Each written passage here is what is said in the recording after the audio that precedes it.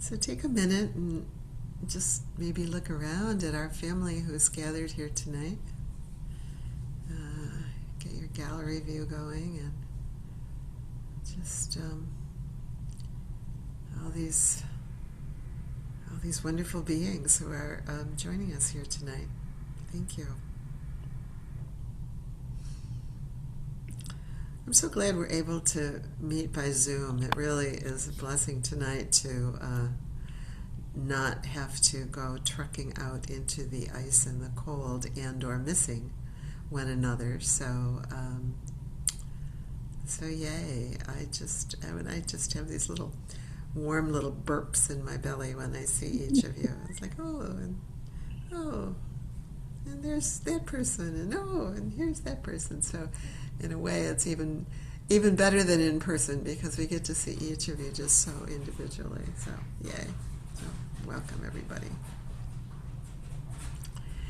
And a special thanks to Anna, our IMCC host tonight, for navigating the technology with us, and John for your consulting about it. Yay! So thank you guys. Really appreciate what you've done to get us together. Jean, I know you have an announcement. Why don't we start there? Okay. I wanted to announce that next Tuesday evening, we are being gifted with a big treat.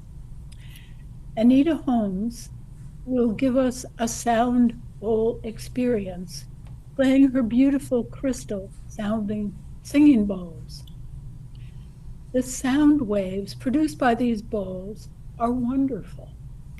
They create a really calming resonance that helps settle the nervous system and promotes restful and meditative states. So it's like being meditated rather than working so hard.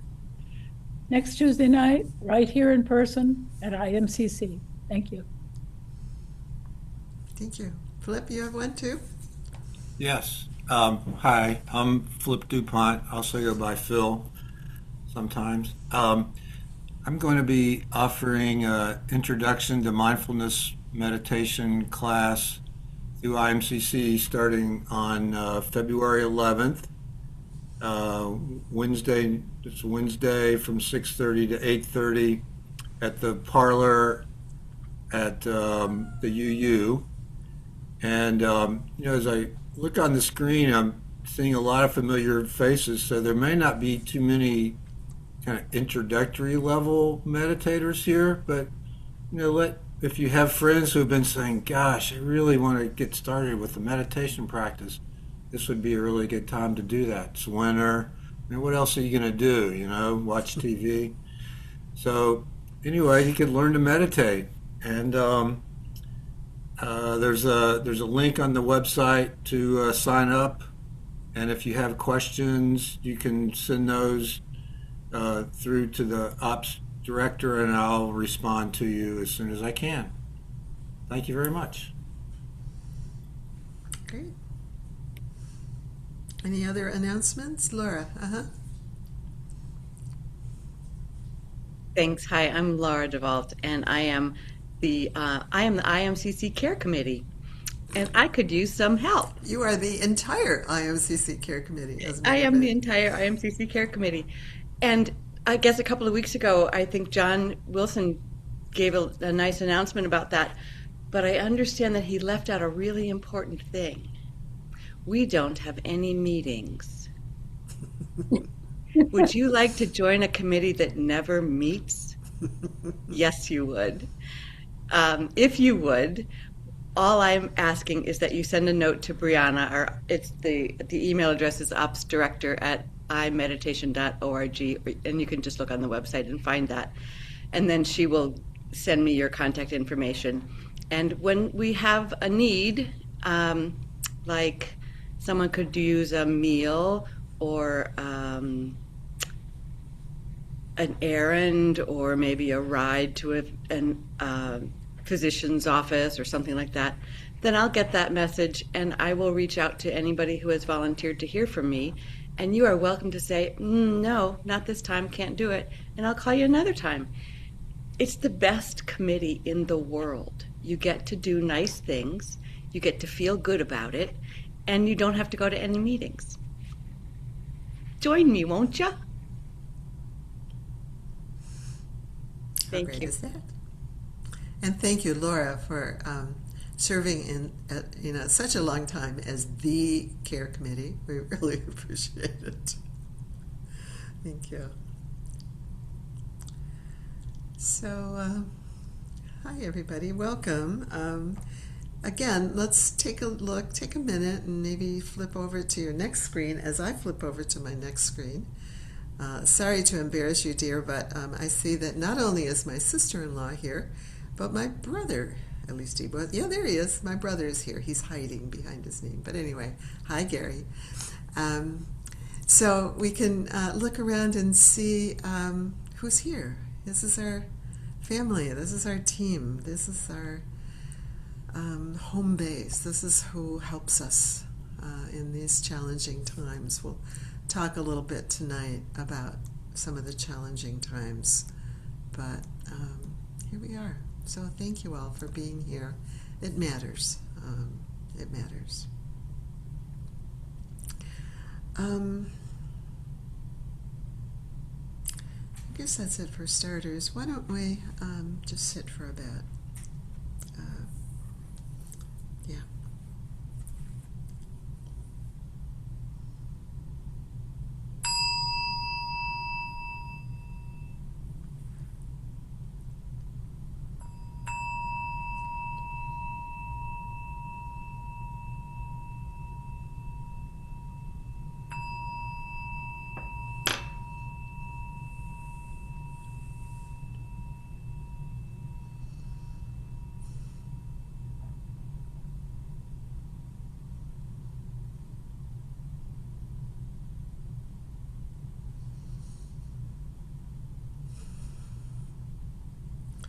Take a minute as you sit and just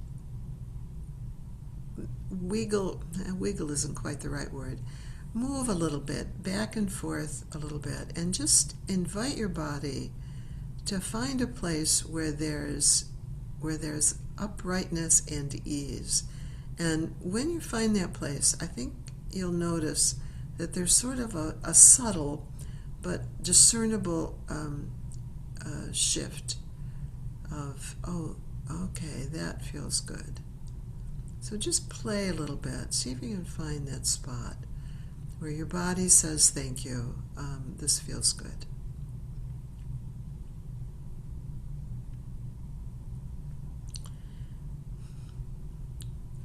Let your feet be flat on the floor, and maybe sometimes we have a tendency to kind of crane our neck backward like this a little bit, but so you might just play a little bit with your neck and maybe drop your chin down a little bit if it's back and up a little bit if it's collapsed forward. So we invite this bowling ball little head of ours to be balanced right on the top of our spine. And again, see if you can find a place where your body says, oh yeah, that feels good.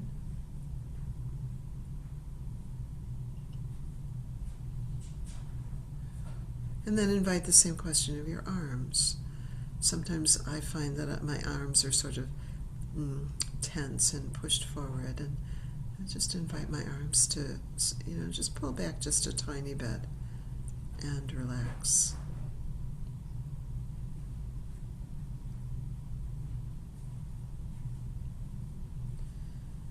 So we invite this body to be stable and upright and at ease.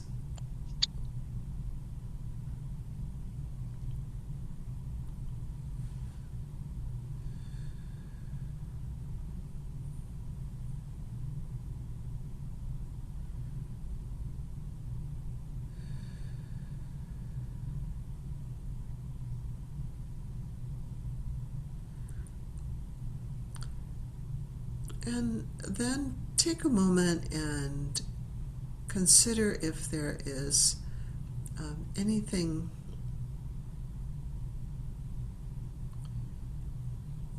today that you feel grateful for. I know things have been hard in lots of ways, so maybe it's especially important to contemplate anything that you're happy about, even a little bit.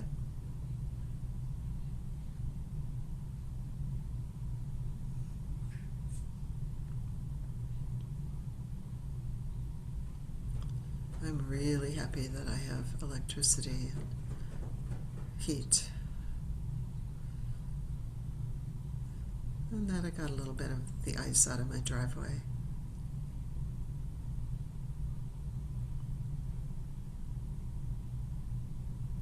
What are you happy about? And see what your body thinks of all of that. Does your body like to contemplate what you're happy about? And if so, where? Where in your body? Does it let you know, oh, I'm glad?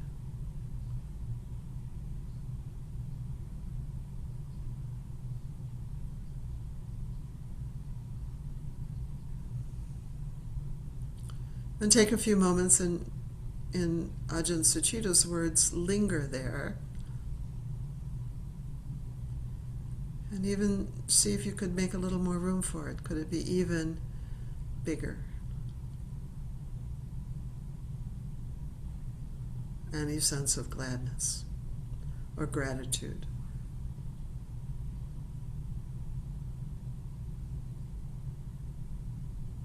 But don't try to make it bigger, just maybe giving it permission if it wants to be just there, and let yourself linger in the goodness of it. Again, it doesn't have to be a very big deal. Just something tiny maybe today that you have some gladness about.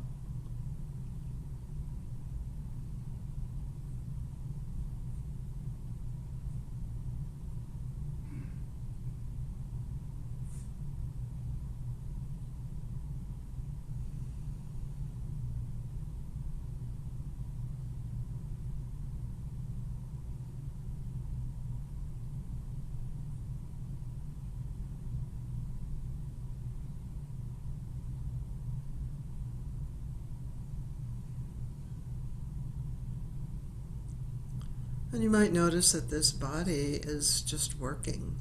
It's hearing.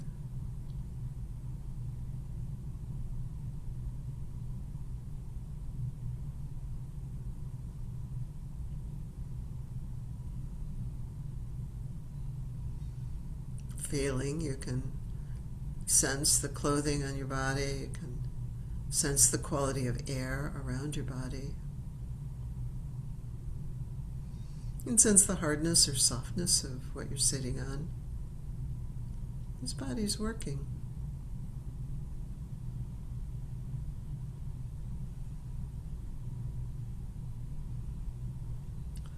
All the little organs are in there busily communicating with one another, maybe digesting some yummy food from supper.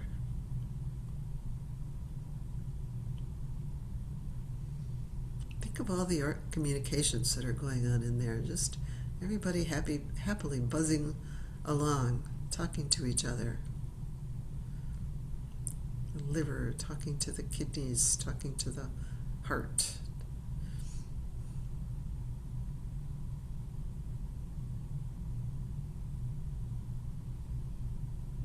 This body is working.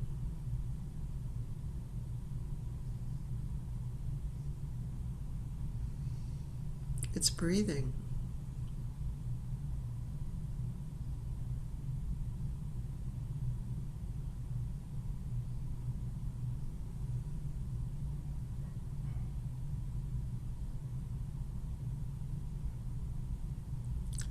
Our practice is one of learning how to keep returning to the present moment is like this now.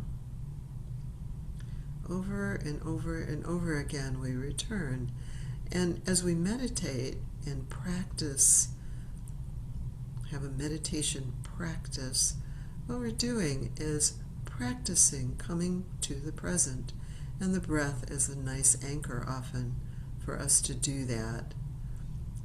Some people find the breath to be the nice anchor. Other people might like to use listening to sound as an anchor.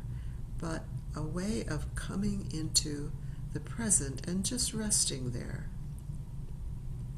And it can seem sort of silly and useless, but it's a practice of returning to the present over and over again.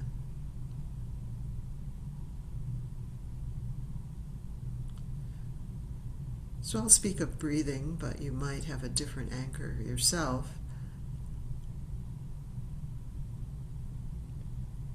Noticing the breath, working away all by itself. You don't have to do anything to make it happen. There's an inhale,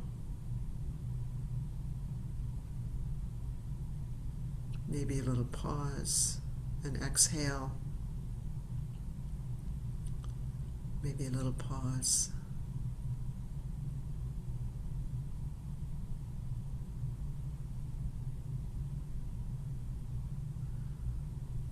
So you can rest your awareness like a butterfly resting on a leaf, just noticing this breath as a practice of being in the present moment. The breath is like this now: long, short, rough, smooth, fast, slow. My breath is like this now.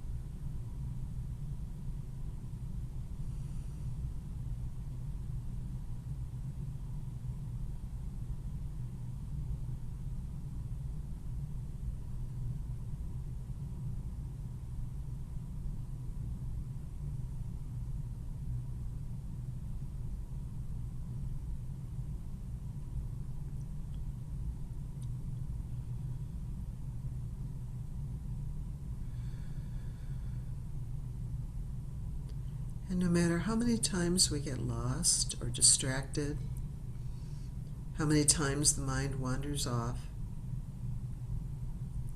this handy-dandy anchor, this handy-dandy breath is always here. We can come back. We're practicing being present.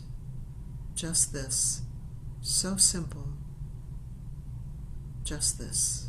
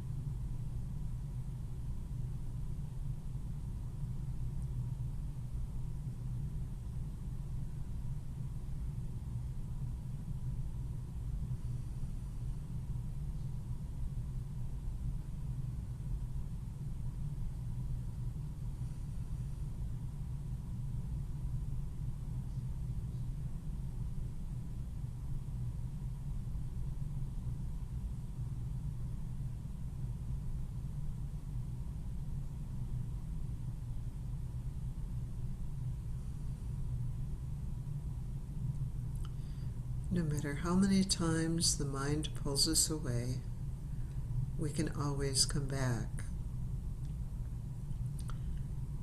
And that exact movement is a strengthening of our practice, in much the same way that lifting a weight in the gym might be strengthening our muscles. So it's not really a problem that we get distracted. The invitation is to strengthen our capacity to notice that we're distracted, we've gone away, and to strengthen our confidence and our ability to just come back. This present moment is where our freedom lies. Our brain doesn't think that's right, it doesn't think that's smart, but it's true. So we practice being in the present moment over and over and over again, no matter how many times we get lost or distracted. It's like this now in this body. It's like this now in this breath.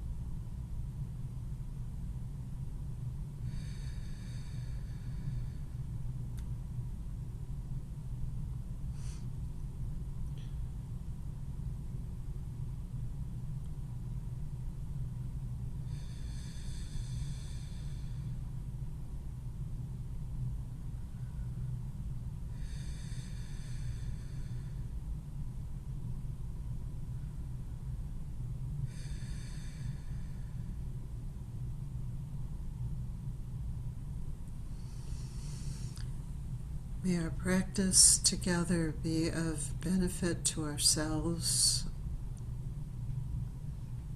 to our communities, and to all beings everywhere. May all beings be happy.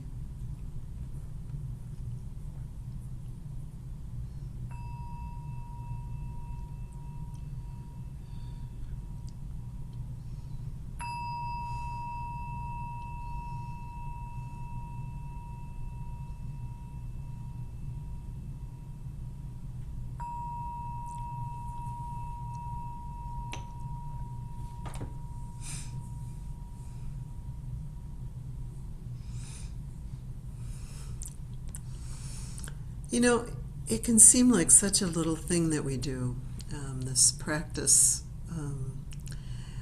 I was thinking today, however, I was out, like many of you I'm sure, I was out chopping away at 8 inches of ice and realizing that all of these piles, remember over the weekend when it was snowing and there were these little teensy-weensy snowflakes?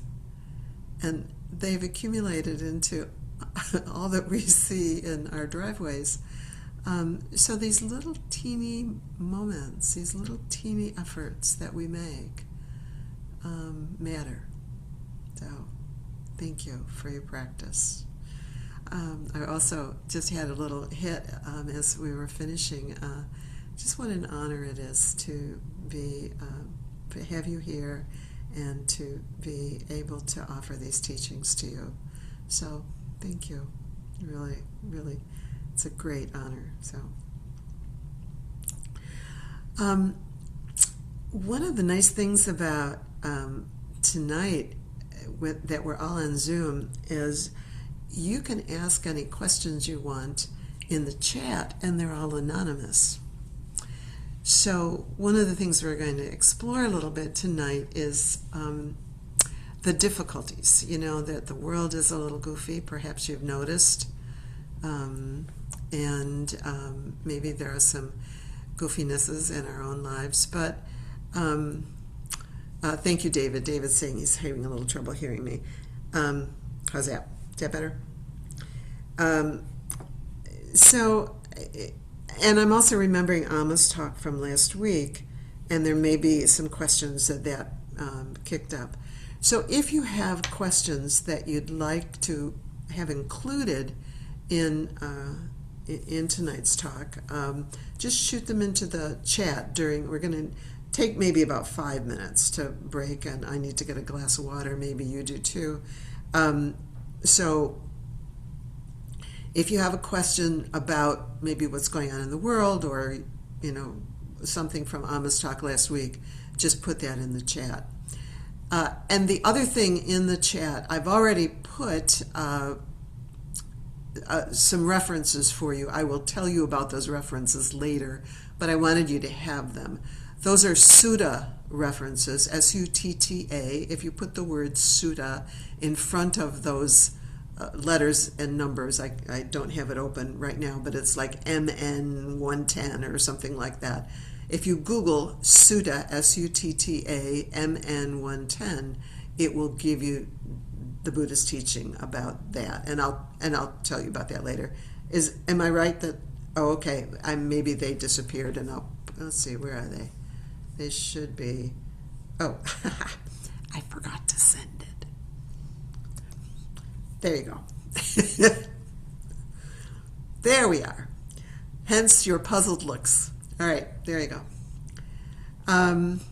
So we'll tell you about that later. There's also going to be a video at the end, and I am going to attempt to remember during the little break that we have to put a link to that video, because I promise you're going to want to watch it again.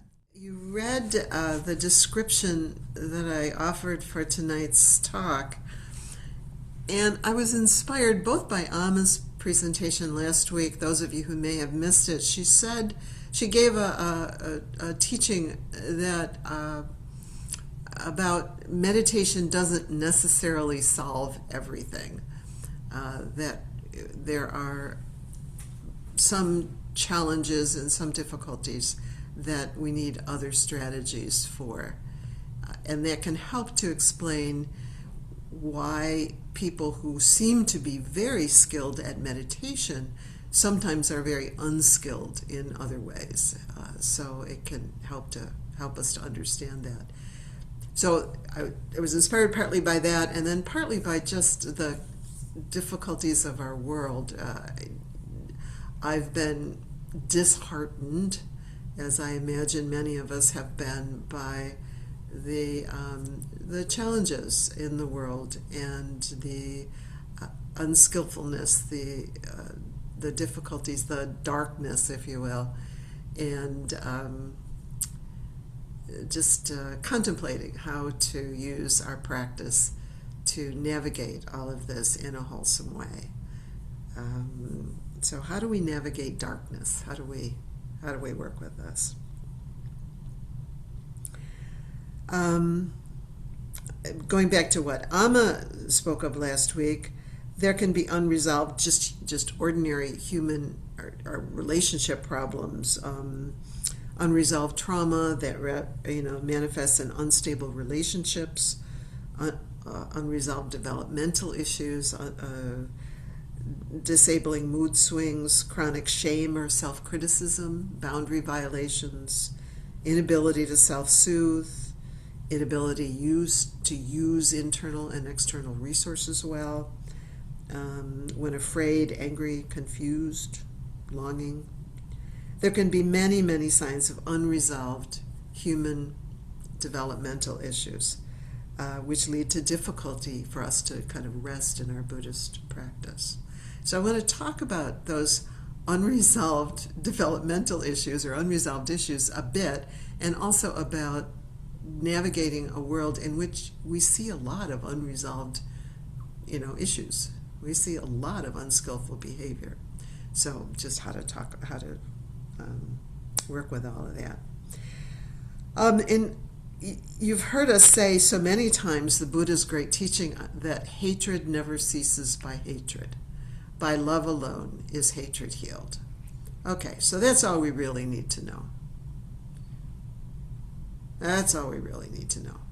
Hatred never ceases by hatred. It's not going to work. By love alone is hatred healed. That really sums up the Buddha's teaching. And we just celebrated Martin Luther King Day, and he said, "Darkness cannot drive out darkness. Only light can do that. Hate cannot drive out hate. Only love can do that." Sounds a lot like the Buddha.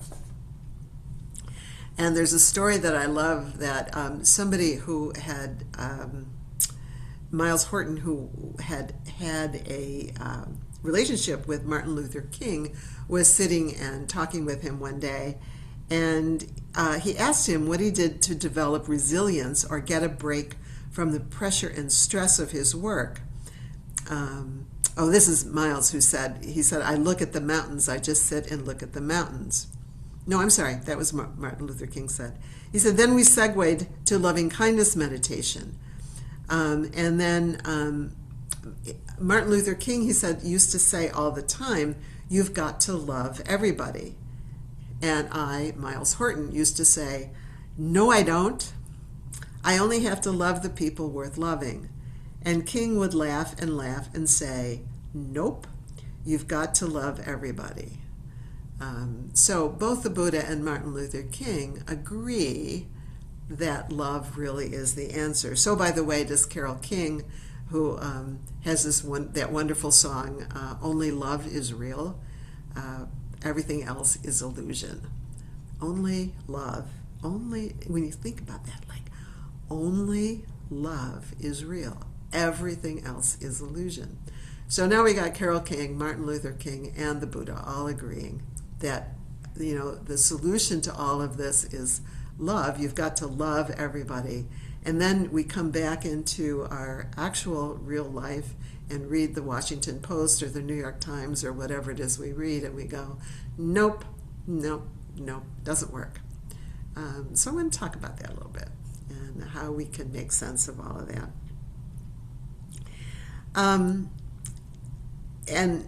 So if only light can drive out darkness, how do we discern what is truly light? How do we You know, how do we discern what to do that? And the Buddha famously said, make of yourself a light. Okay, now we're really getting in trouble here. What? You know, make of myself a light? But that takes me right back to square one, you know. If my challenge is to love everybody, and now I'm supposed to make of myself a light, how do I do that? Sometimes that quote is misinterpreted to mean, well, you just make it up. You just make the teachings up. You just do whatever you want, and then that is declared the light. But that actually isn't really quite what he meant. This is from Thanissaro. He says, although this discourse is often cited as the Buddha's carte blanche for following one's own sense of right and wrong, it actually says something much more rigorous than that. Well, that's not a surprise, is it? Traditions are not to be followed simply because they are traditions.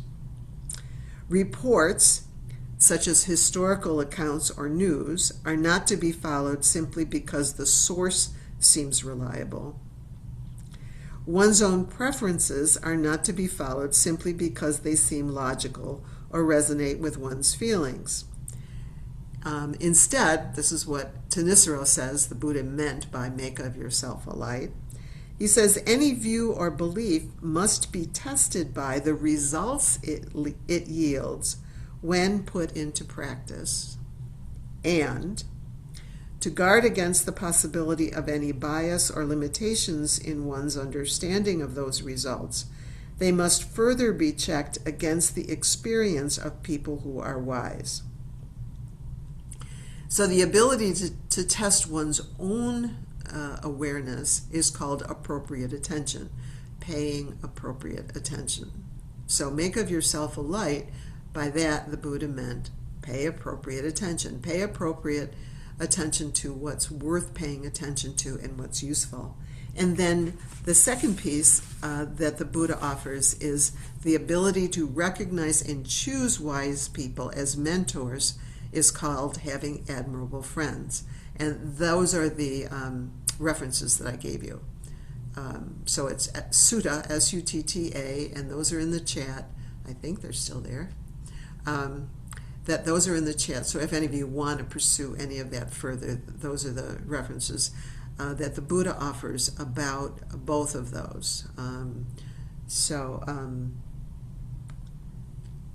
When the Buddha spoke to his son Rahula, he said, Rahula, before you do something, look to see if it's going to cause you affliction or if it's going to cause somebody else affliction. While you are doing something, look to see if it's causing you affliction or somebody else affliction. And after you do something, look to see if it has caused affliction for yourself or for others. So, look to see, test things out, check them out, see how they work. My friend Gary Steinberg, famously, he used to always ask, so how is that working out for you? So whatever it is we're doing or thinking, to kind of ask ourselves, how is that working out for you? And to really rely on wise friends who ask us, so Sharon, how is that working out for you? I was talking to somebody today about when I need, you've heard me say this so many times before, when I need help writing an email, a difficult email, I will write a draft and then I will read it to my husband, who invariably says, delete that. And then we start over again and he asks me what I'm trying to accomplish. And we work together to make a better email. So appropriate attention, looking to see how is that working out for you, and appropriate use and wise use of wise friends are the two main guidances that the Buddha offers about how to navigate darkness, how to navigate difficulty. However, we make mistakes. We make mistakes. But you know what? Discerning mistakes in ourselves and others is a good thing. Let me say that again. Discerning mistakes in ourselves and others is a wholesome and good thing. So a lot of what I want to say tonight is about discerning mistakes in ourselves and others is a wholesome and good thing. The Zen teacher Sung San, I don't know how to say it, his name. Yeah, Sung San. He said, being born, already a mistake. What on earth does he mean by that? Being born, already a mistake. He means that the purpose of human life, the fact that we are born as human beings means we are born into a planet where our job is to learn how to love unconditionally. And the fact that we're human, by definition, means we don't know how to do that. So being born as a human being is already being born into this, if you will, classroom for how do we learn how to navigate darkness? How do we learn how to do this? So noticing that we're struggling is really waking up to what's true and what's real. So, yay. I love this quote, which you've heard me say before. Niels Bohr, who was I think a nuclear physicist, he said, an expert is a person who has found out by his own painful experience all the mistakes that one can make in a very narrow field. Don't you love that? You know, an expert is a person who has found out by his own painful experience all the mistakes that you can make in a very narrow field. So you get to be expert on something because you've made a zillion mistakes, but you've learned from them. But you've learned from them. And I like to think about children learning how to walk. You know, that when we look at our little ones and they're learning how to walk, we don't fret over the fact that there are a zillion mistakes that they make. You know, they wobble and they bump into chairs and tables and fall on the floor and fall on their butts and sit on the dog and do all kinds of crazy things, and we think it's adorable because we know that they are learning how to navigate, how to balance themselves, and that in time, and we have actually great confidence that in time they will, they'll get it. They'll get this. So walking is, you know, babies learning how to walk is really kind of a nice metaphor because there are, Ken Wilber talks about there being 8 developmental steps for us as human beings. Excuse me. That our job is to master. We grow and we kind of consolidate in a particular way. We consolidate as a good 2-year-old after we've been a good baby. And then we learn the things that a 2-year-old has to learn. And then we grow and we become a 5-year-old. And a 5-year-old needs to learn how to relate to other people, maybe to have some empathy or to take care of other things. Whereas we wouldn't expect a 2-year-old to do that, but we expect a 5-year-old to begin to do that. So we go through these developmental stages and we gradually learn whatever those skills are at, hopefully, at that stage. But we're constantly, in order to learn those skills, we're constantly making mistakes. We're constantly messing things up. We're, trying to tie our shoes. We don't do it perfectly. We don't do it right. We're trying to learn how to set the table. We're trying to learn how to make brownies in the kitchen. And we kind of gradually learn how to get better and better, hopefully, how to get better and better at some of the developmental tasks that we're challenged with. And we can look around and we can see in the newspaper, we can see that some people haven't navigated some of those developmental steps very well. It's not that they're evil, although some of the behavior might be. It's that there are some developmental learnings of a 2-year-old or a 5-year-old or a 10-year-old or an 18-year-old that they haven't consolidated yet. So we can look around and see those kinds of mistakes, and we can see those kinds of mistakes in our own lives where we have relational difficulties, or we lose control of our emotions in one form or another. So making mistakes is just part of the deal of being human. Being human, being born already a mistake. So we're trying to learn how to be experts in this being human, and to exhaust all of the mistakes, but to learn from them, so that we can continue to we just keep continuing to grow. So when the Buddha says, hatred never ceases by hatred, by love alone is hatred healed, he's not giving us a commandment, like if we're really good people, we'll be able to do that perfectly. He's giving an aspiration for us to look for, to guide us in that, to imagine that if, other people, ourselves, respond out of hatred, that it doesn't feel good. It's not going to really bring us the kind of happiness that we hope it will. So we can have some kind of humility and compassion and forgiveness for ourselves and our mistakes, and even for others and their mistakes.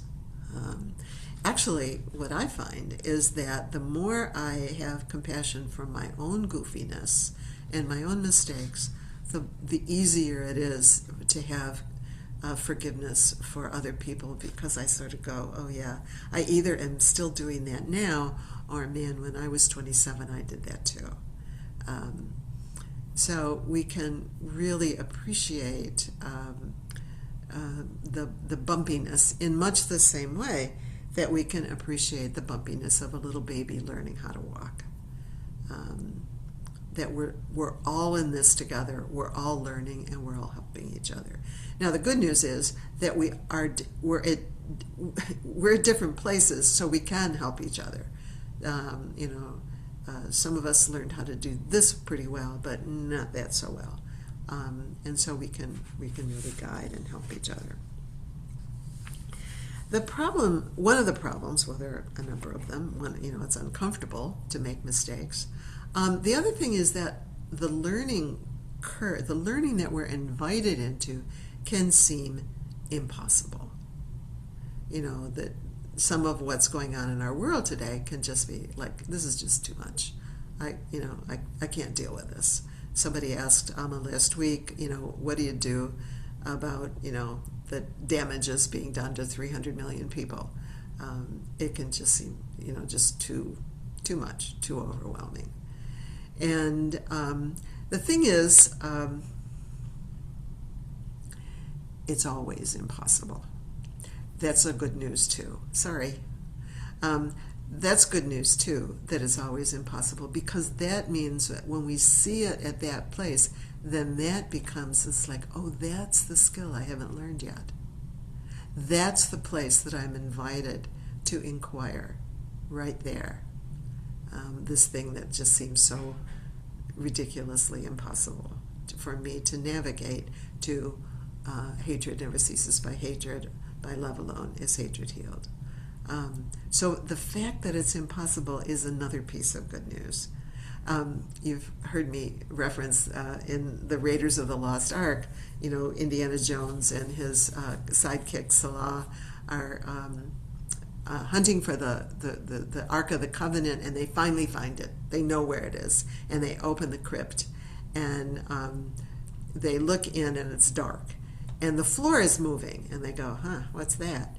And so you have to remember that earlier in the movie, we've learned that the only thing that Indiana Jones is afraid of is snakes. Everything else he is afraid of, nothing else. He's only afraid of snakes.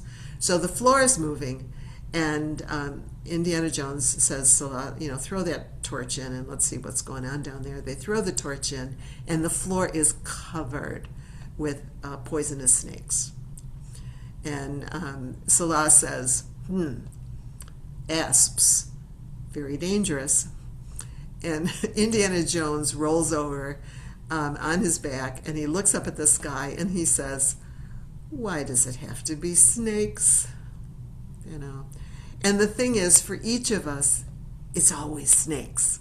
Whatever it is that really bugs us, that really drives us crazy, that's what's going to call for our attention, and that's where our path is. That's where the invitation is to practice.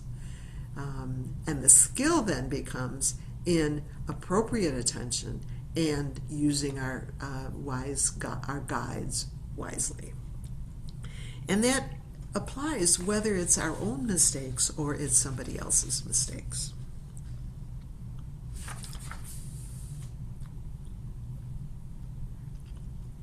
We've been born to learn how to navigate snakes.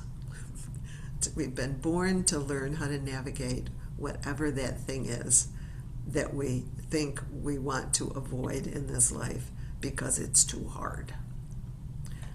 That's the doorway. Sorry. Many of us are captivated by the Buddhist monks who are walking. It's just such a tender thing to see. And that is actually, it's interesting how inspiring it is for people, because I think people kind of intuitively recognize the ultimate simplicity of not battling with snakes, of just being present and being at peace.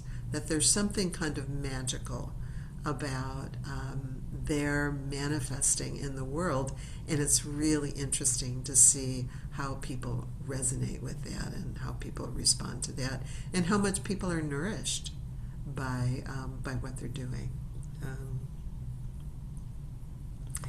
So our aspiration, depending on how you put it, could be awakening, enlightenment, could be peace, could be happiness, could be a little more ease with the things in the world, a little more ease with our relationships, a little more kindness toward ourselves, could be anything, these aspirations. So I want to talk a little bit about how to do that.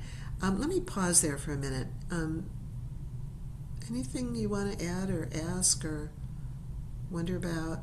I want to give you a sense, if there are questions, if there are things that I'm saying that don't make any sense at all. Let me just go through here. Anybody? Nope, we good?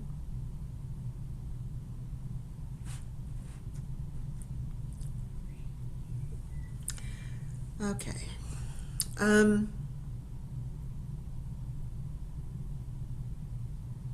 Go back to the baby.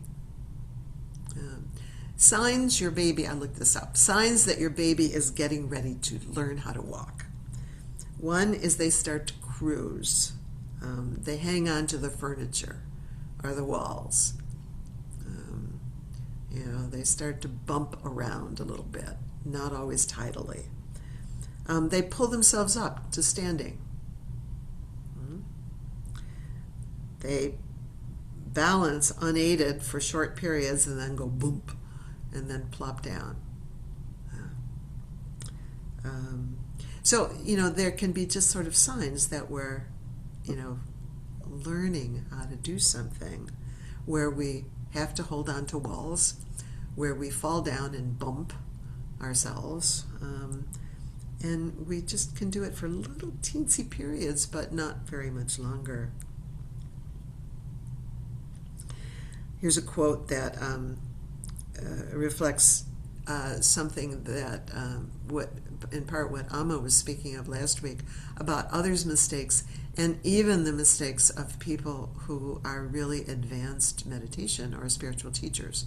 And there are lots and lots of examples of those kinds of very obvious and very public mistakes of people who are, on the one hand, very advanced, and on the other hand, in some ways of ordinary human development, have not quite accomplished some of the skills that are needed. Somebody asked Philip Kapleau Roshi, but doesn't enlightenment clear away imperfections and personality flaws? And he said, no, it shows them up. It shows them up. Awakening shows them up. Awakening shows them up. Before awakening, one can easily ignore or rationalize their shortcomings. But after enlightenment, this is no longer possible. One's failings are painfully evident, yet at the same time a strong determination develops to rid oneself of them. Even opening the mind's eye fully does not at one fell swoop purify the emotions. Continuous training after enlightenment is required to purify the emotions so that our behavior accords with our understanding.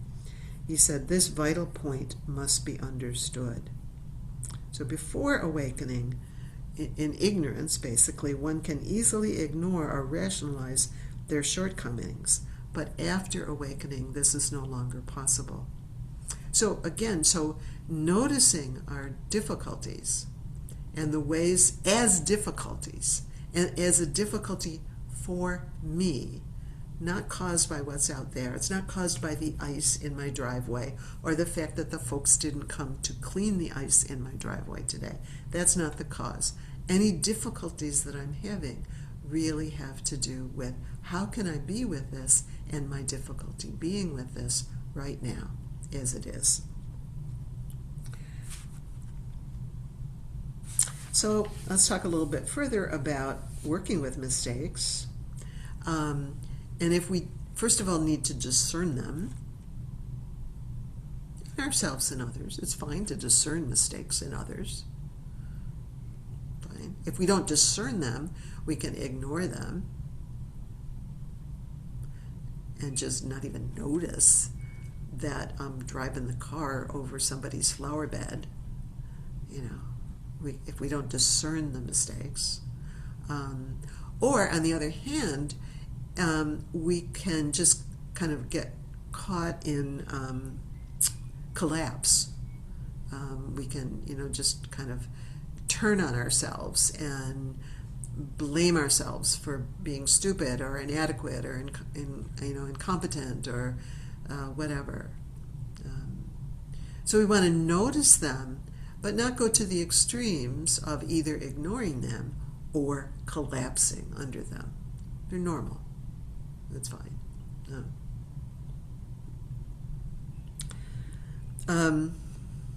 So we want to, signs that we are getting ready to love without limits are 1,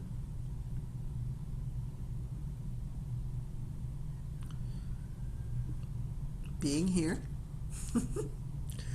with an inquiry. How do I do that?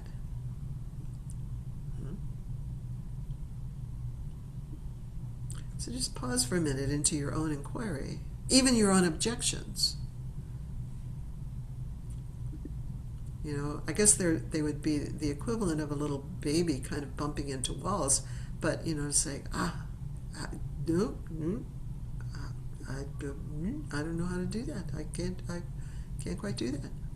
So we could take that, just like with the baby bumping into walls, as a sign that you're you're working with it. So that curiosity of, how on earth do I do that? Good sign. Huh? Seeing mistakes as mistakes, before, during, and after. Seeing affliction as affliction, before, or during, or after, or maybe even a long time after. So to just see affliction as affliction. You know, when little babies plop down on the floor, we kind of applaud, you know. We say, oh, look what you did, that's so cute. Seeing mistakes as mistakes without shame or blame.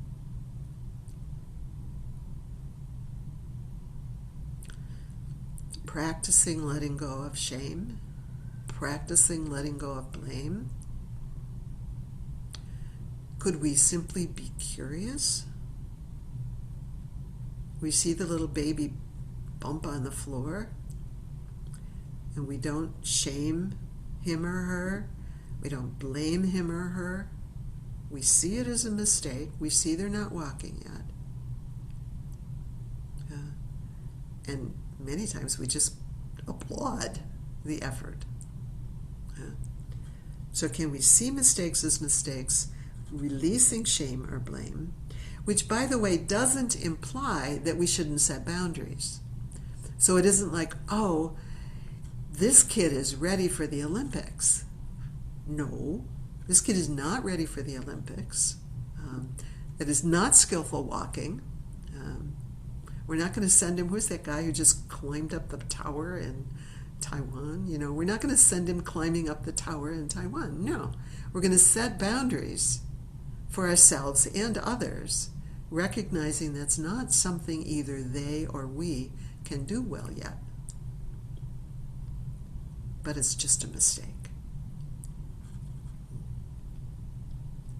Being willing to trust our own sense of what is light, and that's where I think the Buddhist monks really, or the walking of the Buddhist monks really inspires me, because to kind of see them and to see how people respond to them, there is a sense of people kind of getting it, that there's some goodness that's happening there.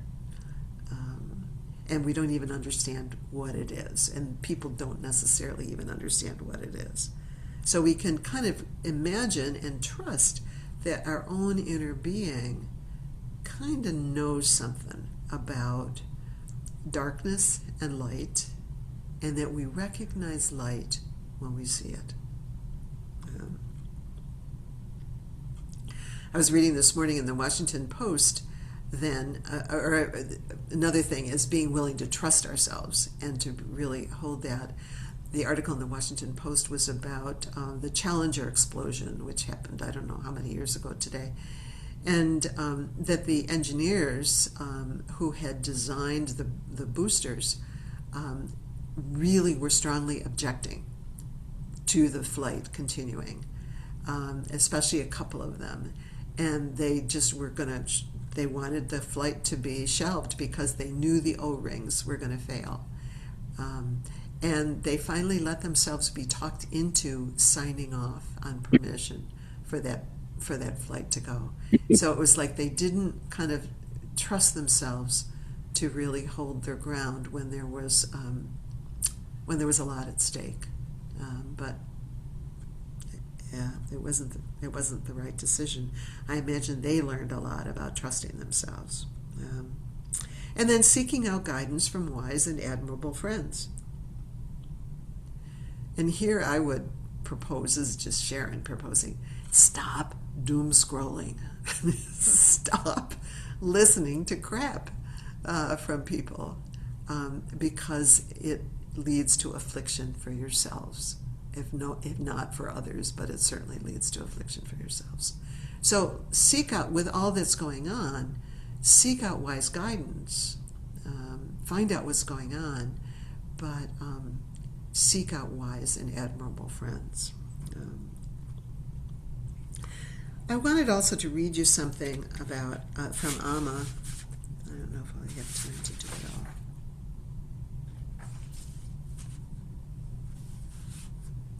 Well, I'll just tell you about it. She has an essay called "When Belonging Costs Too Much," and it sort of reminds me of the engineers with the Challenger disaster. That sometimes belonging, sometimes the effort to be part of, can be hypnotic, and we kind of lose our capacity to trust our own light and to pay attention to what we know to be true. And she experiences and has the example. She had a lot of experience. She mentioned and briefly last week that how that even in the monastic community, some of these things can really be difficult. And she has a lot of experience in the monastic community of people who chose belonging over remembering what was really true and over calling out things that were obvious mistakes. So what to do? Notice difficulties. Be kind. Treat them as opportunities. Treat them as a perfect doorway to awakening.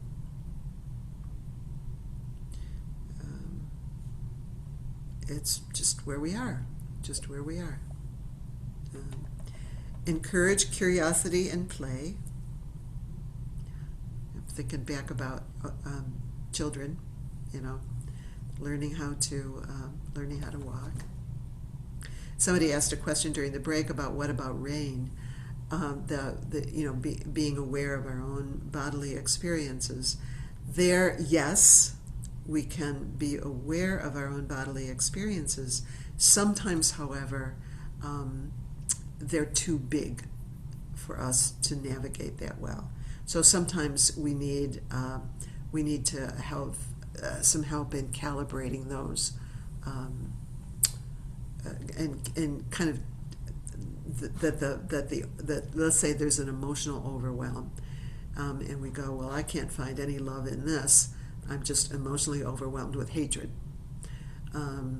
or fear. And so sometimes we need somebody else to be with us to help us chunk it down a little bit.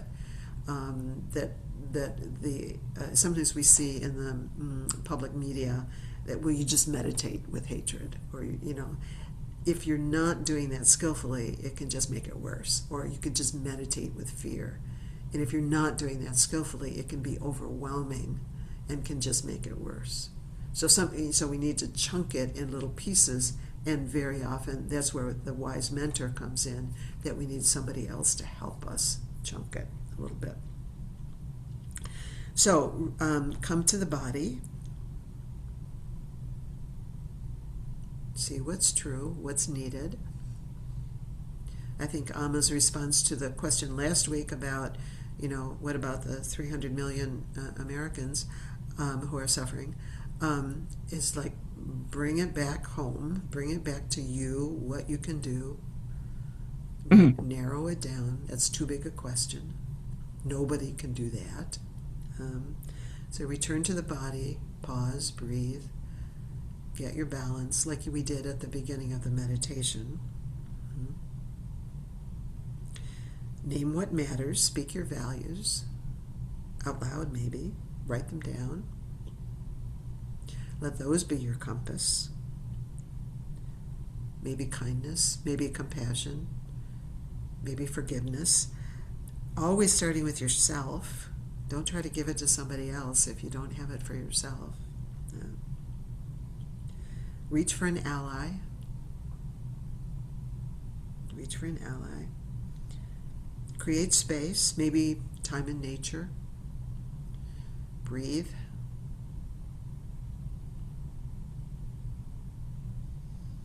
Deepen your commitment to harmlessness. The deeper question is not just what action is taken, but from what inner ground that action arises. So to find where the inner ground is, where the inner ease is, and then to have an action that goes from there.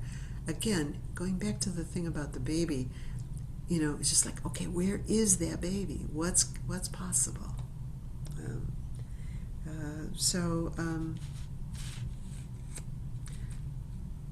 This is from Amma. Harmlessness is not passivity. It can be sharp, clear, and strong, but its aim is always to minimize harm, to resist dehumanization, and to hold the sacred weight of our actions.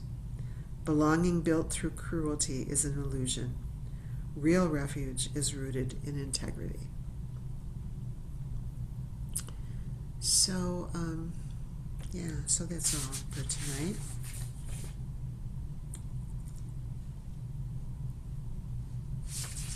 Quote from Rilke: "Be patient toward all that is unsolved in your heart, and try to love the questions themselves like locked rooms and like books that are now written in a very foreign tongue."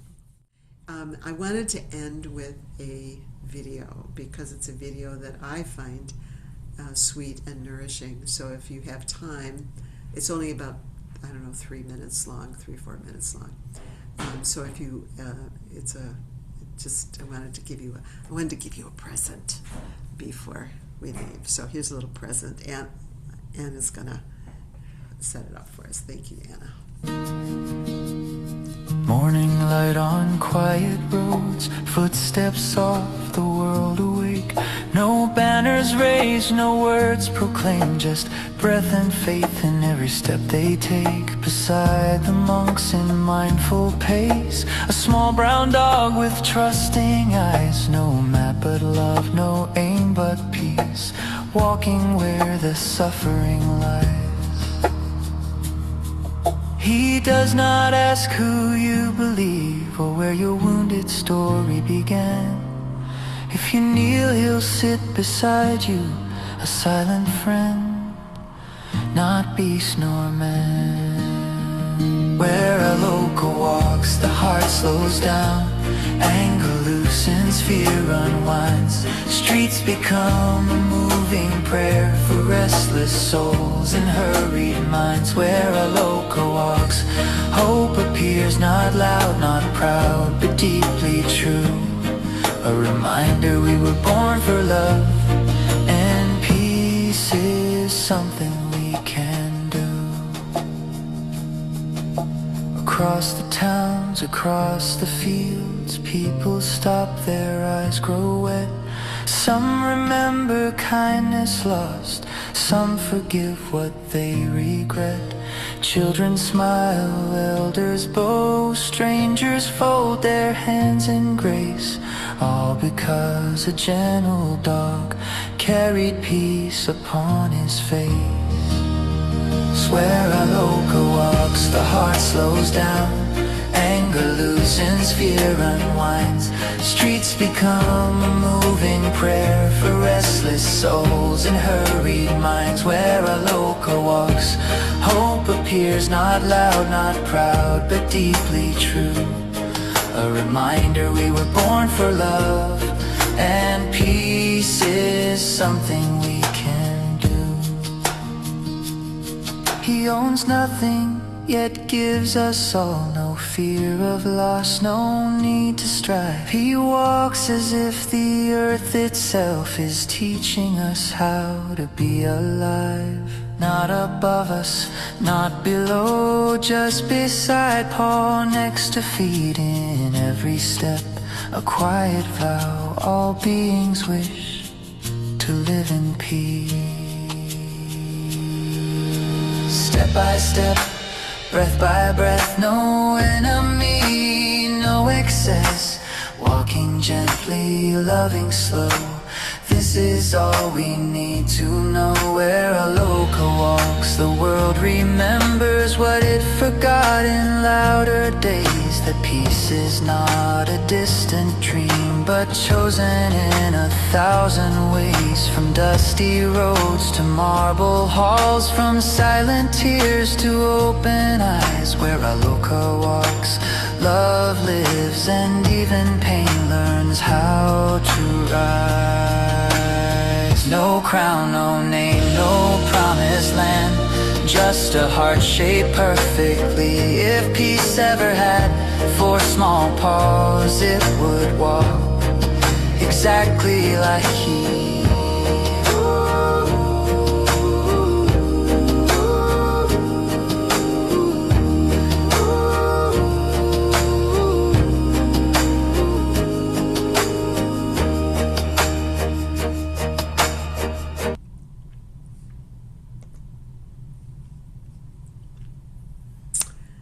So, blessings. May you sleep well and be warm.